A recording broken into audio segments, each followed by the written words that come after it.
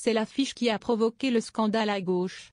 Refusant de voter la motion de censure de la France insoumise à l'égard du gouvernement de François Bayrou, le Parti socialiste a été pointé du doigt par le parti de Jean-Luc Mélenchon comme un allié du Rassemblement national dans un visuel publié sur X. Celui-ci a provoqué la stupeur du premier secrétaire du PS, Olivier Faure.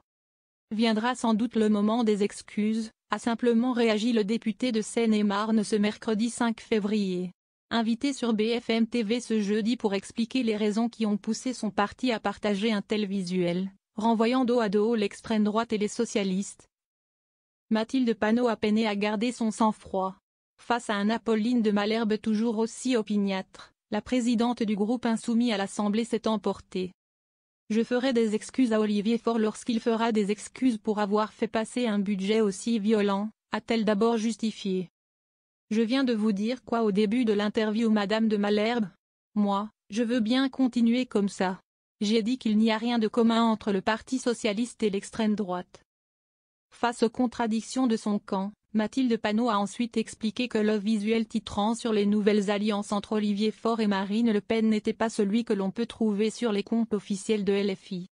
Nous ne faisons pas d'équivalence entre les deux mais nous disons qu'il y a une responsabilité du Parti socialiste et du RN de laisser un gouvernement dont, juste la présence de M. Retailleau, aurait dû, dès le départ, être un motif de censure, a persévéré la députée du Val-de-Marne. En conférence à Angers ce mercredi soir, Jean-Luc Mélenchon n'a rien arrangé à la situation en déclarant que les socialistes étaient des trafiquants, des traîtres et des menteurs. Il n'y a chez eux que de la bêtise et je n'ai pour eux que le plus grand mépris, a ajouté le leader insoumis de 73 ans, dont les relations avec le PS, et notamment avec François Hollande, sont tendues depuis des années. Sur X, l'élu PS Jérôme Gage, qui a choisi de ne pas faire campagne avec le nouveau Front populaire lors des dernières législatives, a acté la fin de cette collaboration Palais-Bourbon. Ce visuel acte une évidence, il n'y aura plus jamais d'alliance entre le PS et LFI.